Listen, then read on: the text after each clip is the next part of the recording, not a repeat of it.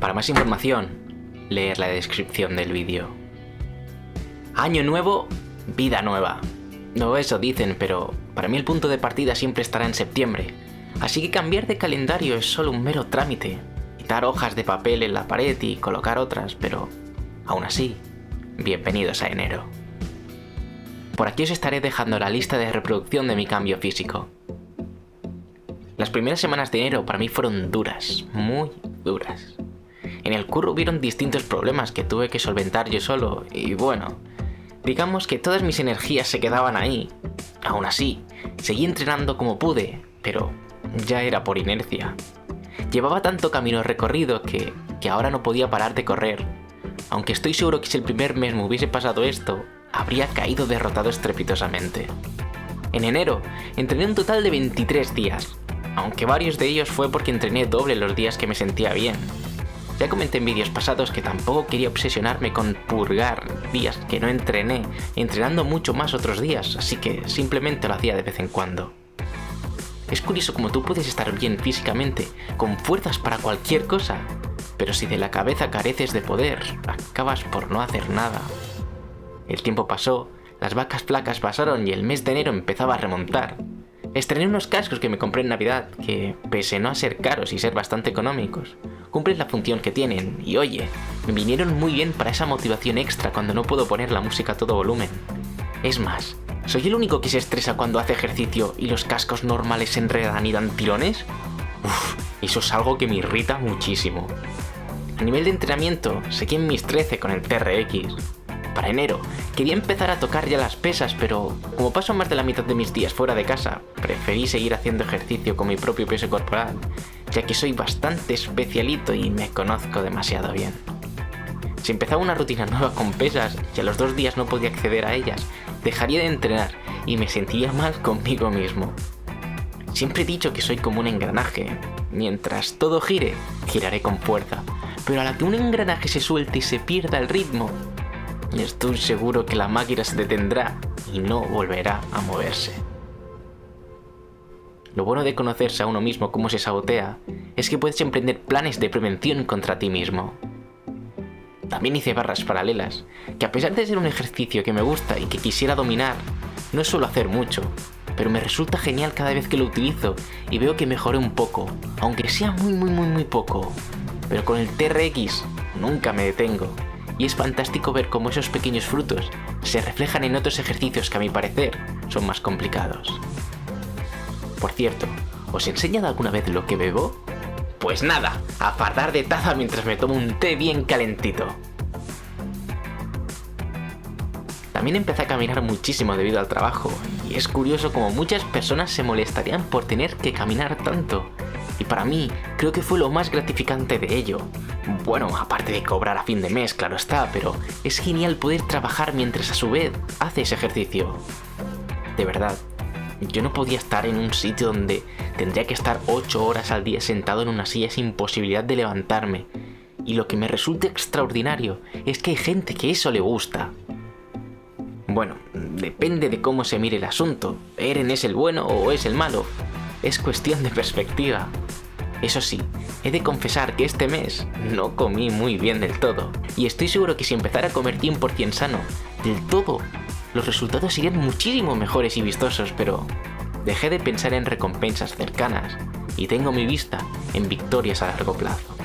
Sí, claro, podría comer solo proteínas, frutas y verduras, sí, y tendría resultados gigantes, sí, ya lo sé, pero eso sería otro motivante a ceder en mi empeño, y al final, tener una dieta restrictiva acabaría por hacer saltármela y luego romper el engranaje y a su vez destruirse todo el camino recorrido. Y bueno, lo digo por experiencia propia, así que intento comer lo más sano que puedo, pero dándome un caprichito de vez en cuando.